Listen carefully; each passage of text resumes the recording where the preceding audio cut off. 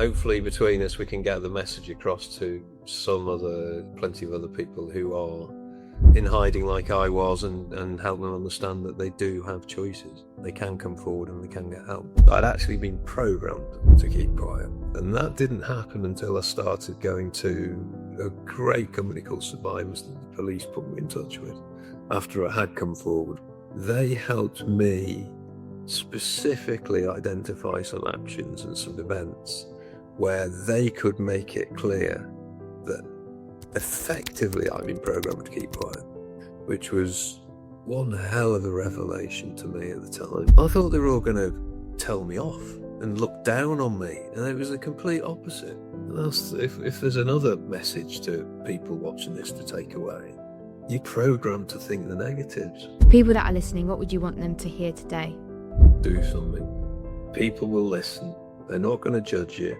They're actually going to encourage you and think you're doing the right thing. Don't suffer in silence.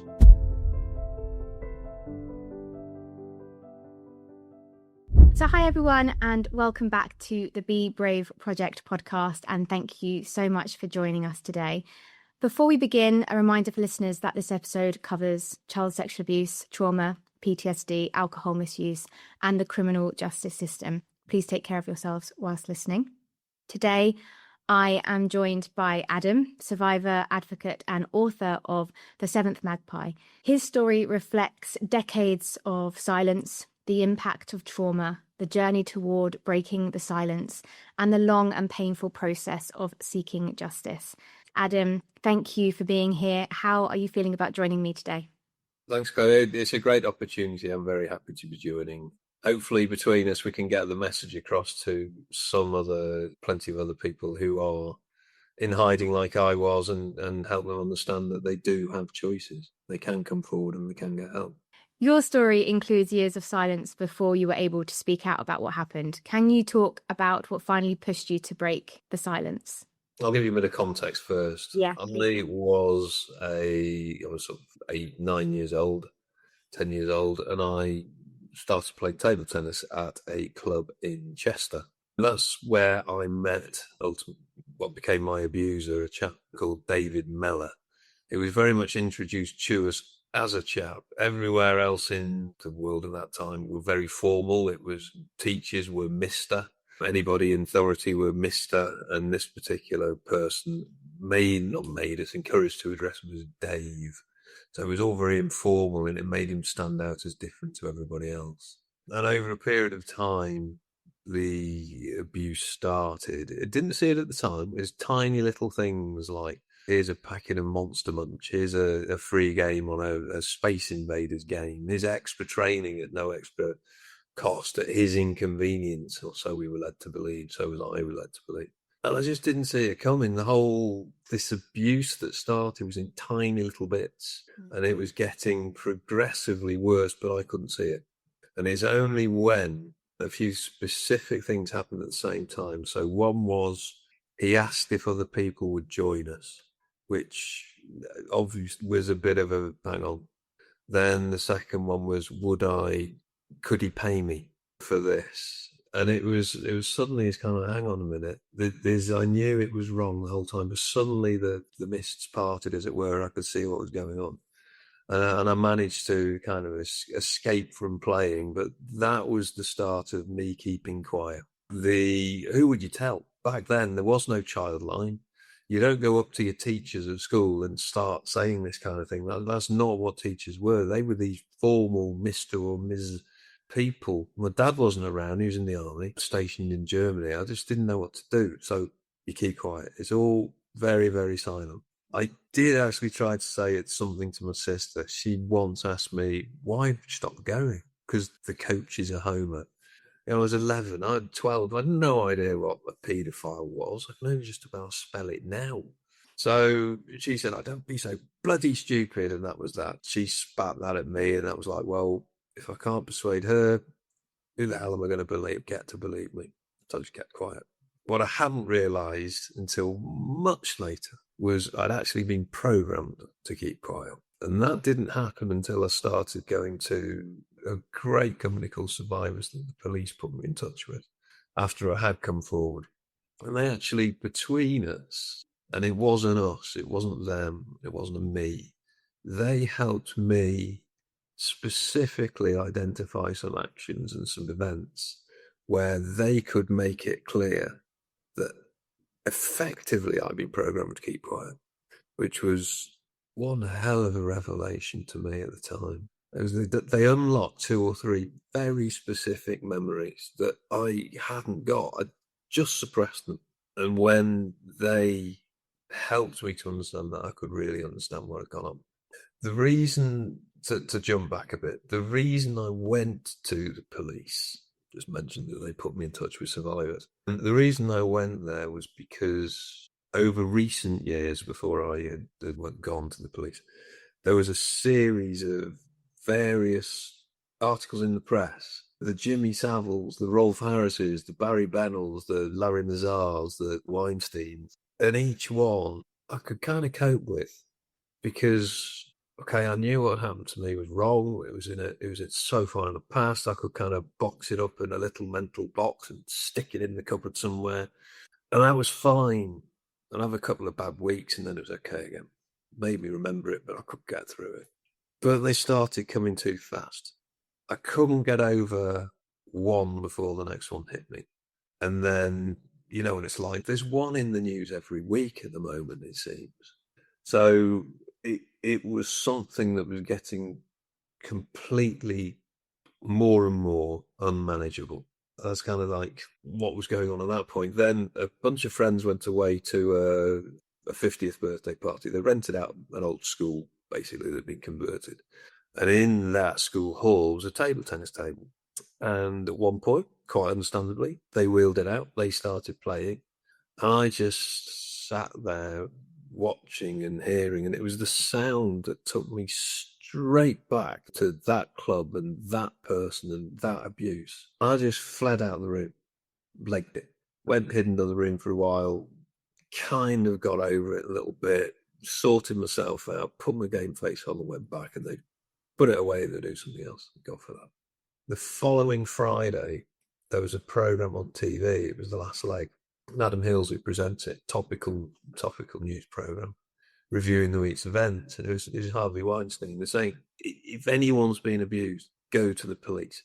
Now, report it. Now, they weren't talking about people like me. They were talking about women in the Me Too campaign, and that's absolutely fine. But it made me remember everything I've gone through. And following that weekend before and following all of those events that preceded that, that was too much.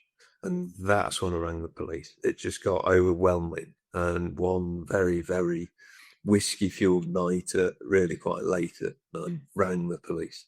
That was me breaking my silence. It wasn't so much as that as my silence broke me. I was in bits at this point. I was crying down the phone to the policeman who took the call.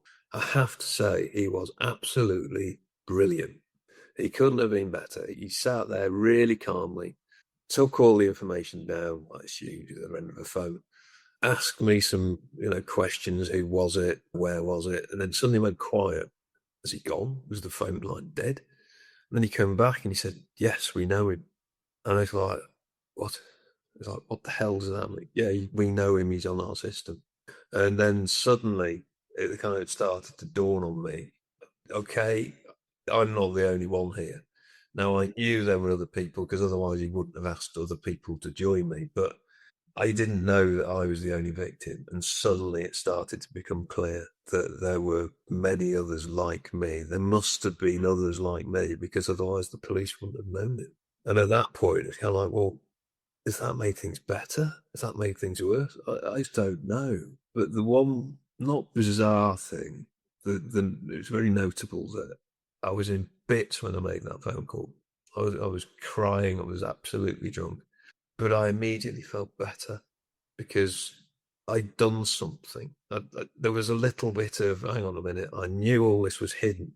It's now out there. I don't know if what's going to come is better or worse, but at least now it's out there, and hopefully I'll get through this, but hopefully, something good at it, and that the police will actually kind of do something and take some action. With a bit of luck, he'll start to see some justice. I am going to jump in at that point and take, because there's a but or an and. I had tried to report it in 94, 95. Again, something in the press pushed me over the edge. But at that point, I've just rang him up. I was at work at the time in a small office. Very controlled, felt a bit awkward, a bit nervous, a bit sad. But I was able to ring them up in control. And they said to me at the time, okay, took all the details, thank you very much. Someone will be in touch with you in 2-3 days. That was fine. I was like, yeah, okay, someone will, that's all right. They didn't. No one got in touch with me. And I went, at the time, it's like, well, I've done everything I can. What else can I do? And I later discovered again from survivors, that if you try and report it and no one takes you seriously, you just bury it even deeper. And that's what happened. So I just buried it even deeper and it rolled the clock forward a couple of decades, really. And you've heard how it came out. But the difference I want to try and make there is the first time I reported it, there was a semblance of control. I was okay. I could just ring them up. I was sober. It was during the day. There was not really a huge difficulty in doing that. It was upsetting, but it was Kodak. When I went to the police the second time, I was in bits. If they'd taken me seriously the first time, I don't think it would have been anything like as bad. Now, that was the world back then. No one believed it. It would have been just brushed down, fallen through the cracks. That's what happened then. This time round's completely different. I haven't got any control at all. And going to the police in that first conversation with them started to give me some back. And I felt a lot better as a result, just because I'd gone to talk to someone, even though I was still really struggling. And again, they said, someone will be in touch with you in 2-3 days. I went, yeah, right, I've heard that before. But they did. This time round, they did actually get in contact, which was absolutely brilliant.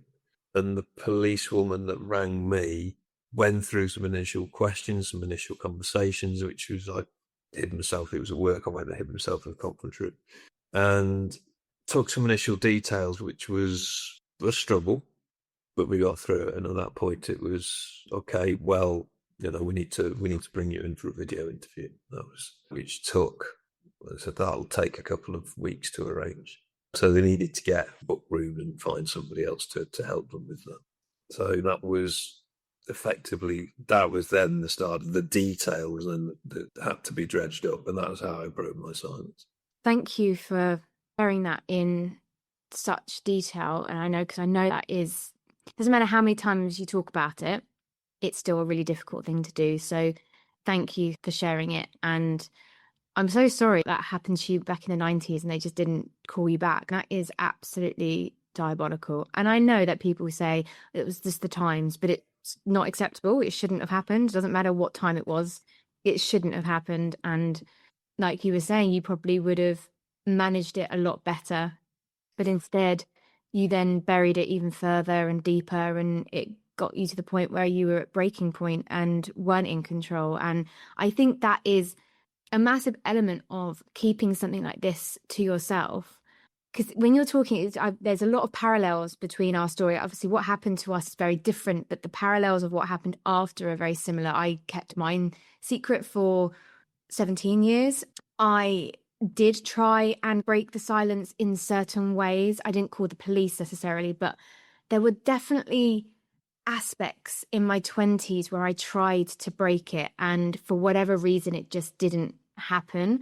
Whether that's, I think, probably telling people, or maybe I just wasn't quite ready. I don't know. But I think holding on to it, it just got worse and worse and worse. And then looking back, I think, God, that's why I did this and that's why I did that. And then you get to a point where you are just at breaking point and you can't do it anymore. And there is an element of, relief when you do it. And like you were saying, you felt that kind of relief when you did go to the second time. But I think I also felt I was absolutely shitting a brick when I did it, because I thought, oh my God, what's going to happen now? I don't know about you. It'd be interesting to see if this was like, with my abuser, I felt like I had this kind of bond and relationship with him. So for so many years, I didn't want to set him or get him in trouble. So then when I did go to the police in 2017, I felt an enormous amount of guilt, and I was like, I don't want him to get in trouble. I don't want him to get hurt. It was more that for me. I did. And I wonder, did you have that at all? One of the things that I discovered as I was going through the decision, I was staying silent, was the fear of what people would think. They'd think of me as some scum at the bottom of the pond that let this happen to them. And so I was just ashamed, basically, that of what had happened and scared of what people would think. To your other point, I don't think I ever wanted him not to get in trouble. When I rang the police, okay, I did want him to get in trouble. But I do remember there were a couple, I said it'd been programmed to keep quiet. There were a couple of quite specific points in time. This isn't the programming, but it's how the grooming, part of the grooming process. He engineered situations where I was in his debt. I said, we're playing in the table tennis talk, we're in a club, that's absolutely great. He engineered this situation where I was going to get thrown out of this club. I was 10 or 11. The reasons were completely bogus. I can see that. But at the time I couldn't. It's like, hang on, you're rowdy and you're loud and you've got this other friend and so you're both going to get thrown out. They go, oh no, I can't do this. I'm winning tournaments. I'm going to regional training camps. He's spinning me yarns and peddling dreams that I could actually make it into the national squad. I don't believe that, but I did at the time. So myself and this guy called Paul, we're going to get thrown out of the club. He said, but I've got a plan to keep you in, and basically come on different days. So I'll sort it. I'll go and talk to the guy who manages the whole place, and I'll work for you, and I'll persuade him that it's okay. We've got a solution because he's going to come on that day, and Paul's going to come on that day. So he splits up, and I'm going, oh, thank you. Oh, it's really good. Thank you for helping me. There was never such a situation going on. Again, hindsight's a marvellous thing, but it's just complete nonsense. He'd made it all up. So I was in his debt. And there was another situation where there was another coach in the area who played in a slightly different place, but there in tournaments, people like me who was at that club played against people with him in their club.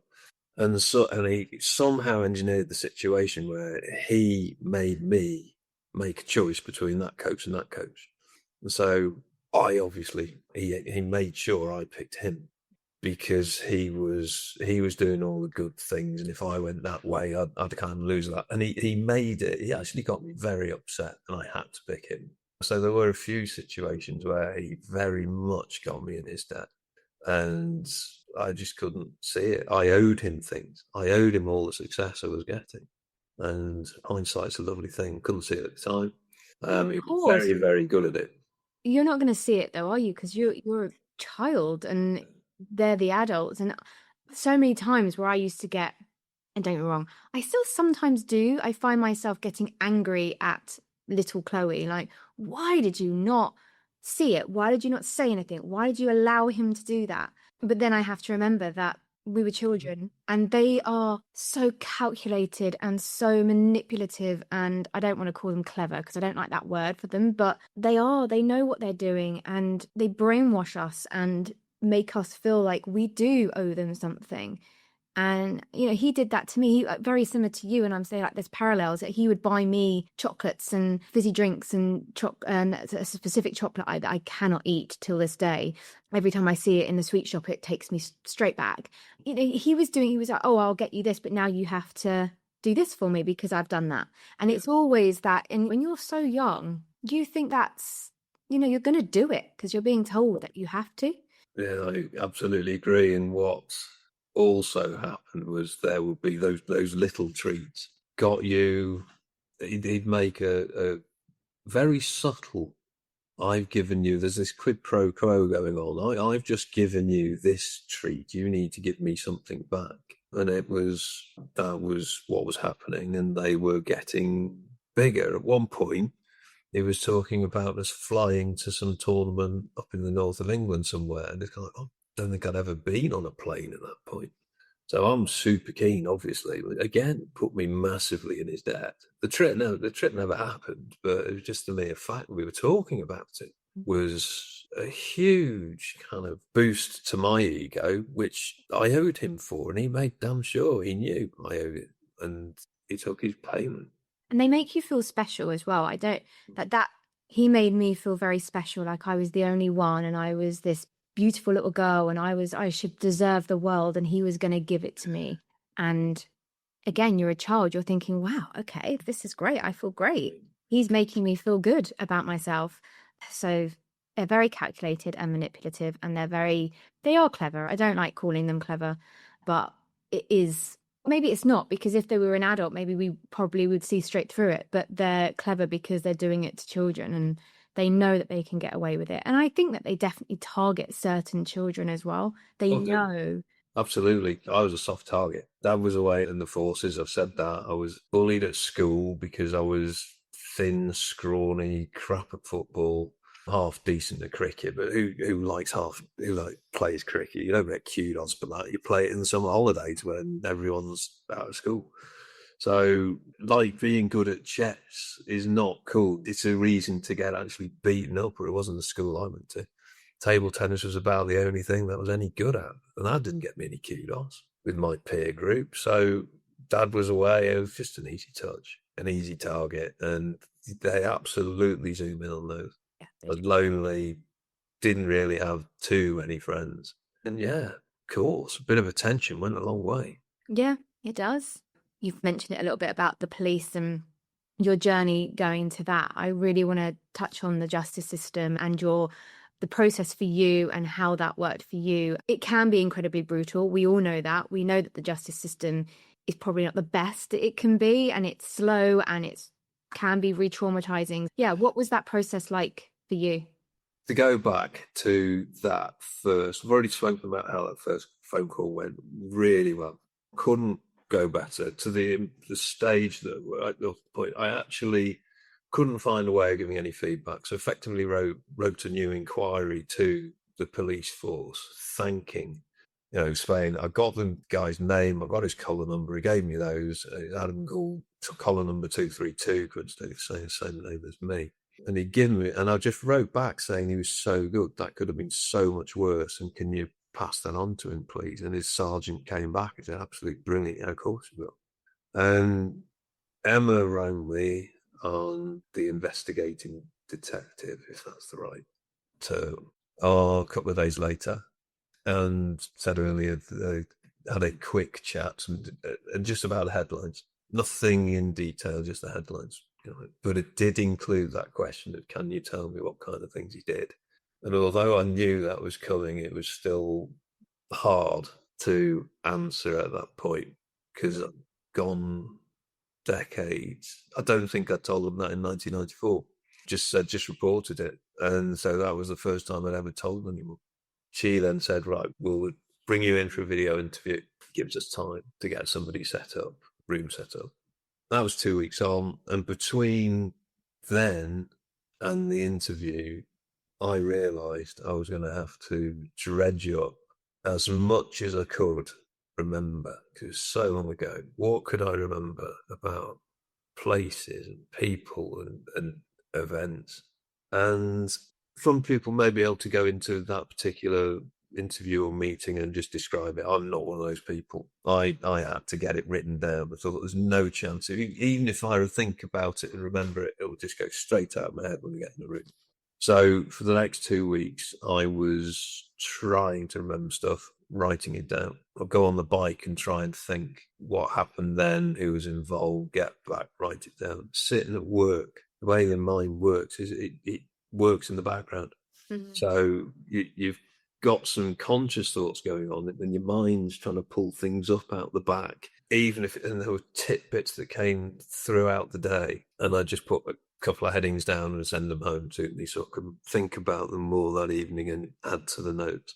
And that happened for 2 weeks. The problem with that is you feel the emotions as you're thinking about it and writing it. You feel the emotions that you felt when you experienced the event. My God, that was tough. It was a really hard couple of weeks. And I pretty much every night I ended up on the sofa drinking whiskey, crying under one of the kids' blankets. But whilst it was hard, that was what was making life worse for me. It's going to come out at some point. And at least this way, I don't know whether it'd be better or worse. I'm pretty sure it'd have been better in 1994. It wouldn't have been as bad as this because I was in a state before I started thinking about it. And that was a tough couple of weeks. But I did go into that interview with a sheaf of notes, pages of them, that I'd typed up. And that really helped because the interview was really good. There was her and a colleague, and they made sure I was okay. The ubiquitous cup of tea. We're all English. We've all got them. And very quickly you forget about the tiny little camera in the corner of the room. And Emma was really good. She just said, right, this is your space, as it were. This is your time. You take as long as you want. And that's what I did. I just tried to describe the events in roughly chronological order that I'd experienced, referred to my notes quite a bit as I went along. That's what they were there for. Didn't need some of them. A lot of them I could just talk verbatim at that point. And at the end of that, she, who had been writing copiously as we've gone through. So let me take you back. Can you describe this, that in more detail? And some of them I could. And she dredged up some more information I didn't know was there. And sometimes I couldn't. I've put big blocks up there. And there were a few significant stories, for want of a better term, events. I can remember, and I can still remember up to a point. Got a complete blank after that. And I am absolutely 100% certain something happened after that. But I'm buried for each of them. I've buried them so deep. I'll never get them out. He said, actually, hopefully. I don't want to know what happened next anymore. I don't need to know anymore because I had enough stories and information for the police to work on. So the video interview was actually pretty good.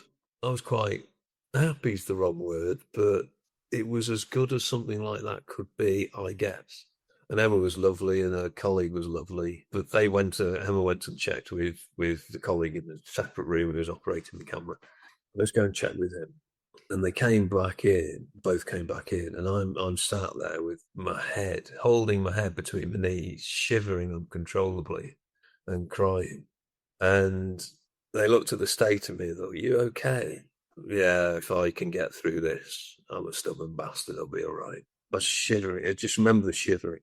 It wasn't a cold room, and I was sat there with a coat done up. And I later discovered that this was effectively a fight or flight response. Police didn't spot it. Why would they? They're not trained to. And they did say, well, looking at it, we do offer support for people that are going through this. Do you want us to put in touch? I said, no, I'll be okay. One of the most stupid decisions that I've ever made. So as I went through the next couple of days, there were more tidbits of information being dredged up. Again, that's the way the mind works. Emma would ask me extra questions. They were just bringing more information out of me. So I was sharing those on an email every night. And again, that process of writing all those notes, then the video interview, then the extra tidbits of information, and was just, again, getting worse and worse. And I ended up absolutely slaughtered on whiskey. Tesco must have loved me. 3:00 in the morning, ringing Emma's answer phone. So obviously knew she wouldn't be there. Saying, you'd offered me help. I really, really need it. And she rang me back. Now that felt, again, that tiny little bit of, I've asked for help, something's going to happen then. So that felt just that little bit better. And she rang me at 8:30 the following morning saying, I just got your message, I'm really worried about you, are you okay? And then, bloody not. Can you give me the basically a GP details? I went, yeah, fine, I'll get a referral done, a few other bits and pieces. And that's how she introduced me to survivors, who I cannot praise enough.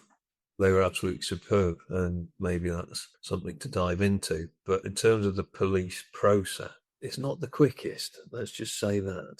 So the investigation, Emma had to be thorough. Neither of us were going to let this go on a technicality. So she had to go and look into the information I'd given her. She had to request some files to be brought out, some archived. Remember I said when I rang up the first time, we know him. Well, there was boxes of evidence that she had to get, videos to look at, which made my mind go mad. Are those videos of people? Are those videos of interviews? What are those interviews of? Because I knew there were photos of me, and I was bloody glad Emma had now got them, because God knows where they come. They were in his loft. So they found those years ago, and he'd been convicted of those, but that was only there was a non-custodial sentence. So she went through all of those documents, and she asked me if I could help look at some of the other pictures in that box to see if I could identify any people, because the court would want to know they'd tried, and they got a raft of people. So I went to the police station and helped them with that. Lots of evidence bags, like sealed TV, each one with a photo of a boy in it in various situations, and we're sitting going, that's what he did to me. That exact same thing in terms of environments. And it's kind of, oh, he's in a field, there's a tent, oh, there's a boat. And I'm sitting there going, that's his MO. So I was looking at all these boys in black and white pictures. Unfortunately, couldn't recognise a single one. I actually thought I'd let Emma down, bizarrely. And then they started showing me colour pictures. I'm thinking, hang on a minute, mine were all black and white. These are now in colour, so these are obviously taken more recently or later. Back to if I'd said something then, even though there weren't the mechanisms then, but if somehow I managed to explain to someone what was going on and they took action, those colours might not have happened. So that was an eye-opening experience. So Emma then finished the investigation. Slow that it was meticulous. And she did contact me numerous times. We had numerous conversations saying, look, I'm sorry, I know you're struggling. Survivors were helping with that, by the way. But we need to do this. It's slow, but we've got to go through all these steps. It's fine. We do it properly. We've waited this long, we've got to do it properly.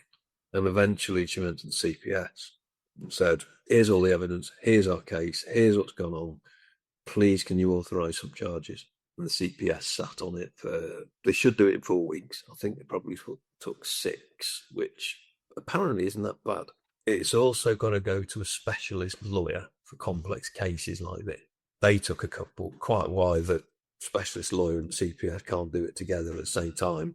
Don't know, but there you go. And as far as I'm concerned, the CPS is just a black box. No idea what they do. So Emma's giving them all this information. It just disappears into this black box, and out comes some charges. No idea what they do. It's all about suddenly the system. Police is about me. They're helping me. Everything else from the CPS onwards all the way through to court, it's about the justice system meting out justice as it sees fit.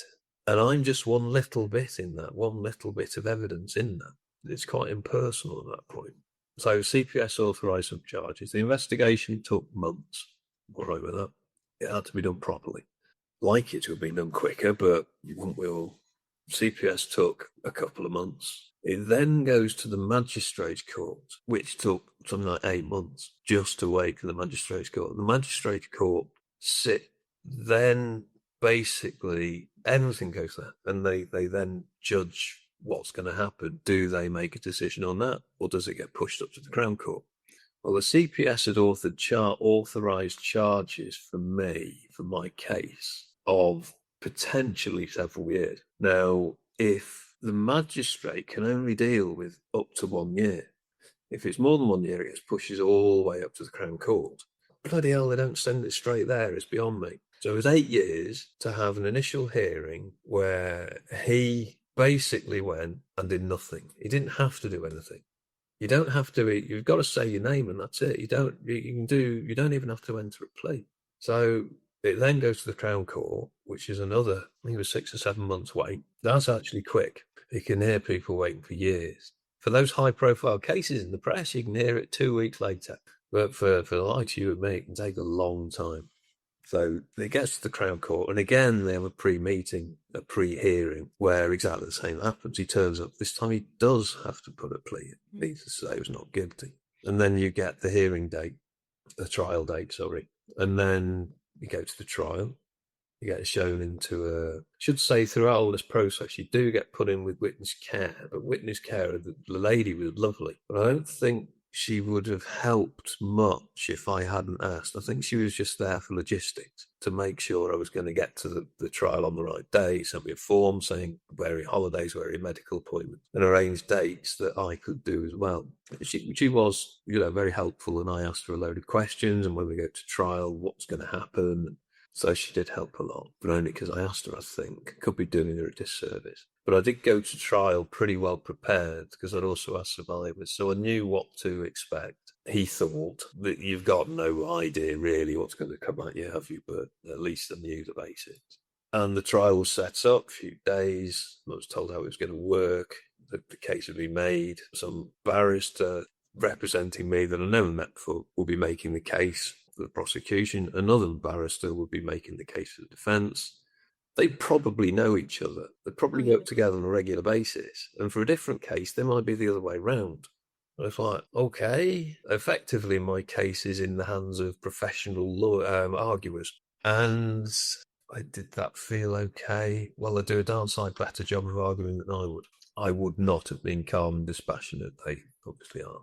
So we get to trial. And as is so often the case, on the day he switches from not guilty to guilty plea.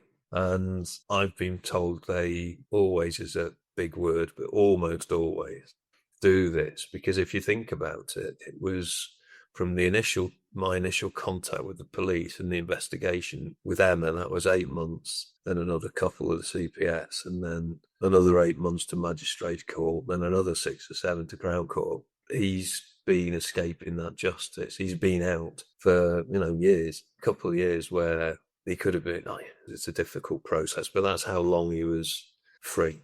So he changed his plea to guilty. At that point, the whole process was deferred. So the judge set I didn't even get in court in Emga. I'd been in to see it and have a look at it. This was my court, and this is where your jury will sit over there. There's your witness box. And my jury, my witness box. And the judge is up there on this pedestal with big coats of arms behind him. It's all very impressive. But in the witness lounge, my barrister comes in and says he's changed his plea to guilty. There'll be a sentencing in, I think there was another 3 or 4 weeks, another month. This one I was going to. There was no way I wasn't going to watch that. They say, do you want to go? Yeah, bloody right I do. So I went to the sentencing, got to the same witness lounge, saw the same barrister who came in with a CPS woman that had a face on her like granite. And he changed his plea. Well, no, he hadn't changed his plea. What he said was he'd been told by his brief to change his plea from guilty to not guilty because he'd been told to do that by his brief. He'd been told to plead guilty, and he said, I didn't want to do that. So he effectively withdrew his plea. And I said, well, what happens next? I said, well, it would have to go to another hearing to see if he's allowed to. And if he is, it would go back to trial. I'm sitting there going, oh my God. How many more months are we doing this? But for whatever reason, behind closed doors, it was left as guilty on that day. So at that point, I remember thinking, if this is going to a hearing to say whether he was allowed to, don't know how that works, a separate trial. If he really wants that, then come on, bring it on. I'm having you. We're not going through this. I'm done. I gave up hiding a long time ago. So I'm up for this completely. He's the one that's got no control whatsoever. I've got it all. You're going down, mate. It's probably exaggerating slightly, but actually not that much. So sentencing happens. We all go in. And the judge comes in, it flows in with all these red cloaks behind him. He was a lovely bloke. I was invited to go up and talk about the impact to me in the witness box. He's over there behind me, and I just didn't look at that point. Talking to a very friendly judge, and the barristers make the case for the prosecution, and the barrister makes a very short case for the defence. The prosecution, I've been warned about this by witness care, they don't leave much out. It is very graphic indeed. But I've been through all those police interviews. I've reviewed the evidence before it came out. It was uncomfortable, but it was all right. The fact that it was suddenly being heard by a whole room full of people wasn't great. I knew it was going to happen, but, you get through it. And the judge, and the nice, friendly judge that talked to me and spoke to me, then turned his attention to the bloke at the back. this abuser that had done this all those years ago. And a nice friendly face turned to a glare that would bore holes in concrete. And he summed up how he meticulously groomed me and planned it very carefully and taken advantage of this poor boy over who's in a difficult position over all these years. Dad was in the army, mum was blind, very few friends, bullied at school, good at something, table tennis. And then went through the process of, here's the tariff, as it were. It's a tariff of between 5 and 7 years, something like that. So he then said, well, it's going to be 6. It's going to be 6 years because he pled guilty on the day and his ill health. I don't understand. Well, if health can help him at all, why should he get a reduction for that? Do you not understand that? And he pleads guilty on the day. He's only pleaded guilty on the day because he knows he's going to get some leniency. He pleaded guilty all those years. It actually was years ago. I've lost the train of thought there, Chloe, sorry. But I think you're saying if he'd plead guilty several years ago, he would none of this would be happening. It would have. I think it sort of almost works the other way. If he'd pleaded guilty back then, maybe you get leniency at the beginning in the process. If you plead guilty at trial, if you're found guilty at trial, it kind of almost feels the other way. Now, I know that's a very interesting question for lawyers and the legislative process to consider, but from my point of view, plead guilty at the beginning, you get leniency. If it goes all the way through court and you're dragging the poor defendant all the way through that process, being guilty on the last day doesn't feel right. No, do it, to be honest. Like, all that trauma at the beginning, you and I have both been through, the remembering what happened in detail, the trauma that causes, the getting through that pain, that was hard enough. To then have to live through that and work through it. I did it with survivors, and brilliant, as I said. To then get to court, to discover he's pled guilty at that very last stage to get leniency, it just doesn't sit right with me. No, I don't think they should be allowed to do that.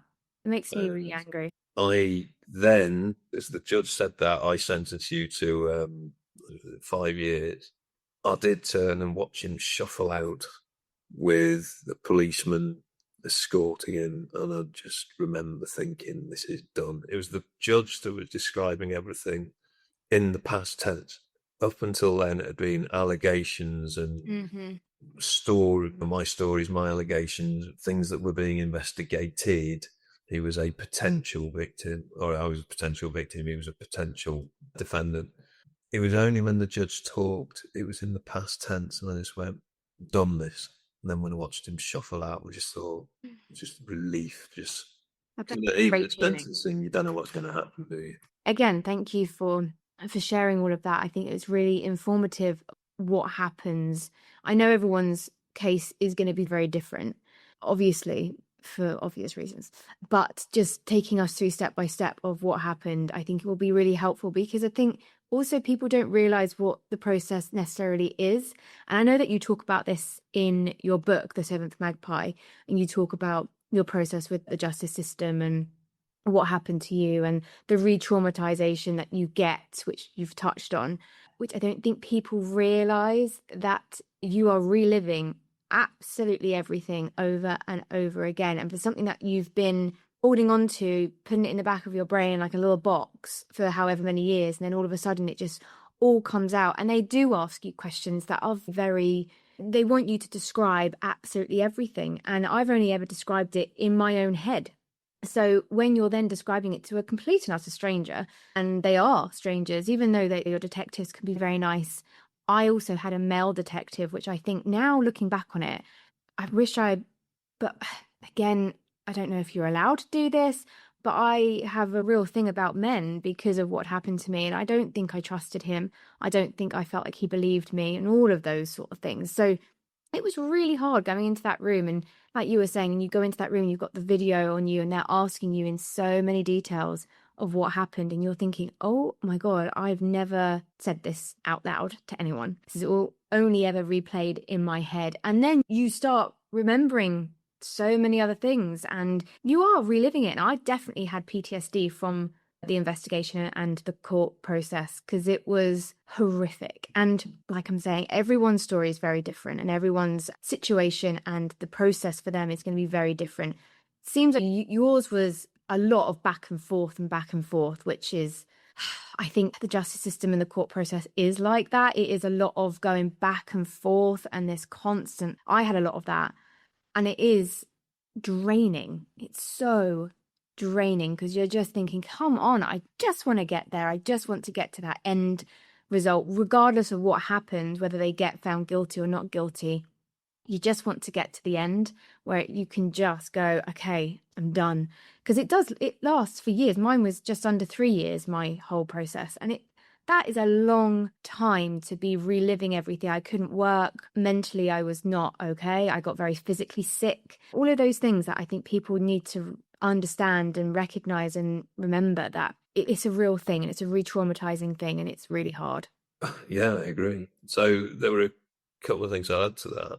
I did go backwards and forwards a lot, as you say, and the investigation took a while and the court process took a while, but Emma, the policewoman, kept in touch with me the whole time. So even though the justice system was more about him than it was about me, she was telling me, she was the bridge. She was telling me where I was up to at all time. So I did know what was going on, and I did know what to expect. And especially because I'd spoken to both survivors and witness care about what was going to come, I felt I was prepared as I could be. And absolutely, it was a traumatic process going through it. But we'll never know the answer to this, is if this statement's right or not.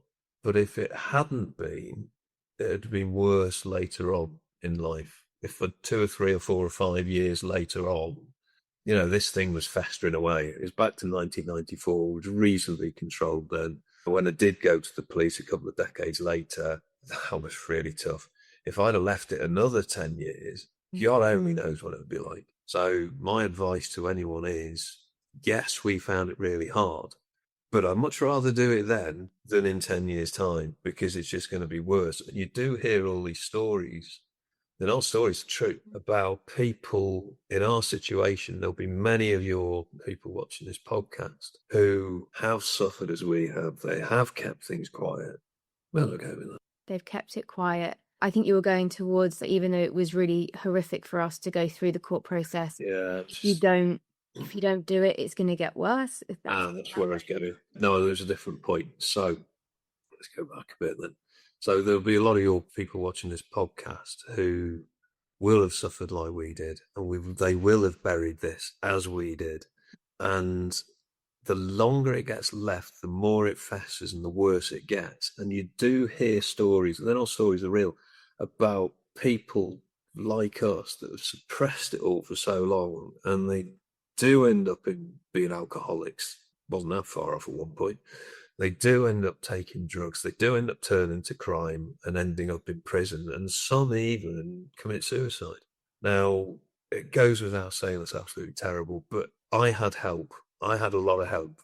It got me through it. There will be people buried it like we have that possibly don't know that there's that help there. You don't have to go to the police to access the help. I did. That's how I found the help that was there. But just take action. You can. And I think it's also just taking that first step. You don't have to go, okay, oh my God, I need to go to the police. You don't. That, like you were saying, that one step, even going to places like the survivors or the NSPCC helpline or whatever it may be, or just telling one person that you feel like you trust, it's taking that one step, and it then becomes easier and easier to then get to that point.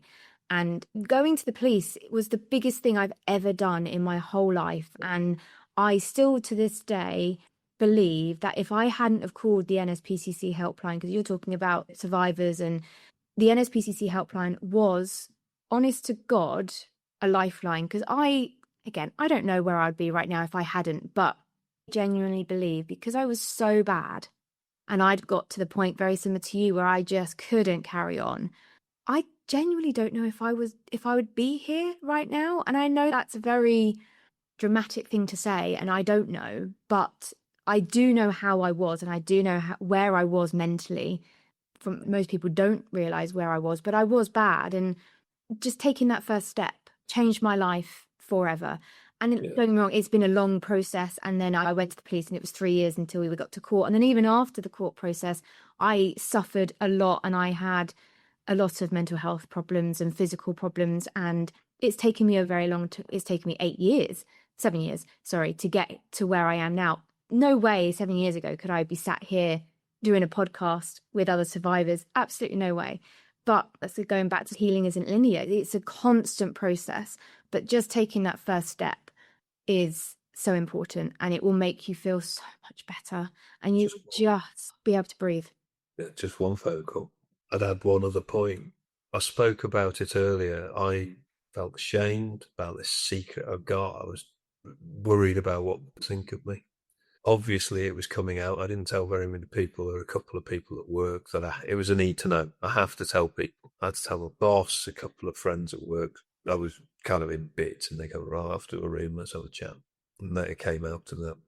The more and more the process went on, the more people got to find out. Every single one was really positive. Every single one was saying, you're being really brave, well done, keep it up, this is the right thing to do.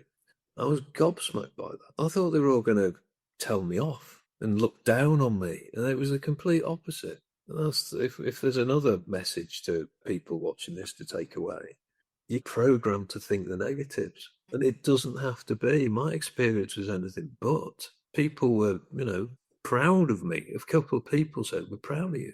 And I think going back to being brave, I've been told that I am brave. And that's why this podcast is called the Be Brave Project podcast, because what we're doing is incredibly brave. And I hadn't really thought about it for a long, long time. I just used to think, I'm not brave. But no, we are. We're so brave. Because you do hold a lot of shame. And another reason why I'm doing this podcast is because of that stigma that is still surrounding child sexual abuse. There is still a massive stigma. People don't want to talk about it. People don't want to hear about it. They want to brush it under the carpet. It's not a nice thing to think about. And I understand that. Of course you don't want to think about it. It's like anything though, isn't it? But it's happening, and we need to be able to talk about it in order for those other victims and survivors that are out there that are listening to be able to then think, okay, I can do it. I can come forward. I will be believed. That I don't hold that shame. It's not my shame to hold. But I also get why you would feel like that, because I did for so many years. And for every one of us, there's another 7 that don't come forward. And think of those numbers. For every one of us, another 7 don't come forward. And when you start, the government stats are something like there's 500,000 children abused each year, with only 1 in 7 coming forward. There are millions of grown-ups, adults out there that were abused as children. It's just like, if just a few saw this, and a few do get help, and a few report it to the police, then those police will investigate some, and those paedophiles will be identified. They will be held to justice. And if they go to jail, that's going to protect children now. And that's another reason why I wrote the book, is trying to get the message across to people. Mine was written from notes I made as I went along, because that's what I did, in the same way that I wrote for the police interview. Going through the meetings with survivors, the counselling sessions, I wrote notes prior to that, because that's the way the brain works, as I've said. And someone said, well, make that, you've got all those notes, turn those into a book, which is what happened. And it's written from notes at the time. But the message that hopefully comes out that is, it's tough at the beginning, it's bloody hard work, but you get to the end and you feel so much better. And it hopefully encourages other people to do the same. I really hope so. And I can tell you've been so open and honest today, and you've really gone into so much detail about what you've been through. And I really believe that is going to help others to go, well, I hope it's going to have people listening to think, I can do it. And also, I think there's a big element of male survivors that don't want to come forward, because I think there's shame and stigma around child sexual abuse in general. But I think when it comes to males, there's definitely men don't come forward about anything. They've got this real, it's just, It's a macho thing. You're Absolutely. not supposed to show weakness. No, I think it's getting better in certain generations now, but especially like, for instance, my dad's generation, he would never show any kind of weakness at all. He doesn't like going to the doctor because no, it's fine. I'm fine. I'm like, oh, Dad, something actually could be happening and serious. But I think there's a lot of shame and stigma around males coming forward. You know, you being on this today, hopefully will show other male survivors or victims out there that they can do it as well and they can come forward. And I think that's a really important message as well, that you don't have to carry the shame. You didn't do anything wrong and it should not have happened, period. Completely, yes, absolutely. It's not your shame to bear. And people will believe you, and people will, like you were saying, you had that, oh God, what if people think worse of me, or if they don't believe me, or they think I'm gross, or they think I'm this. They didn't. I've never encountered anyone that has gone, ugh, you did that, or you let him do it. Oh, you grow. No one's going to do that. But I also understand the process of what people are, how you would think that, because I thought that for many years, and probably you did as well, but they didn't. No, none of us, the people that we've told, have done that. They've believed us, they've supported us, they've wanted to be there, they've told us how brave we are and proud they are. And I think just take that away, that will happen with you. I'm very conscious that we've been talking for a very long time. There are a few things that I wanted to touch on, but I'm just, like I said, conscious. I do want to talk about your advocacy work, because you do a lot of advocacy work for the NSPCC and you use your voice, and you very much like what you're doing today, and you use your lived experience to help others and to create change, especially with your writing your book. Really quickly, what does advocating with organisations like the NSPCC mean to you? If I can use my experience, if I can share it, and it can make a difference to other people, I'll feel happier. I know that what happened to me was wrong. I know that it shouldn't have happened, but I also know that there are many, many other people out there that are currently still in similar situation. And if we can encourage some of those to make those choices, make that one phone call, tell that one person, then that's a start. And you know, you've got children, I've got children, mine are grown up, but if someone had tried to do anything to mine, I hesitate to think what my reaction would be.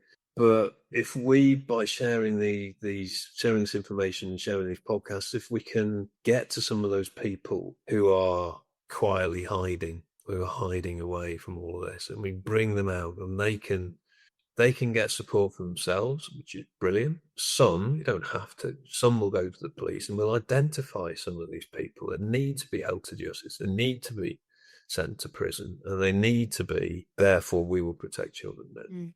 So my advocacy work is that. There's also a little bit around the criminal justice system, not as much. And it's to try and share my opinion of how it worked or didn't work for me.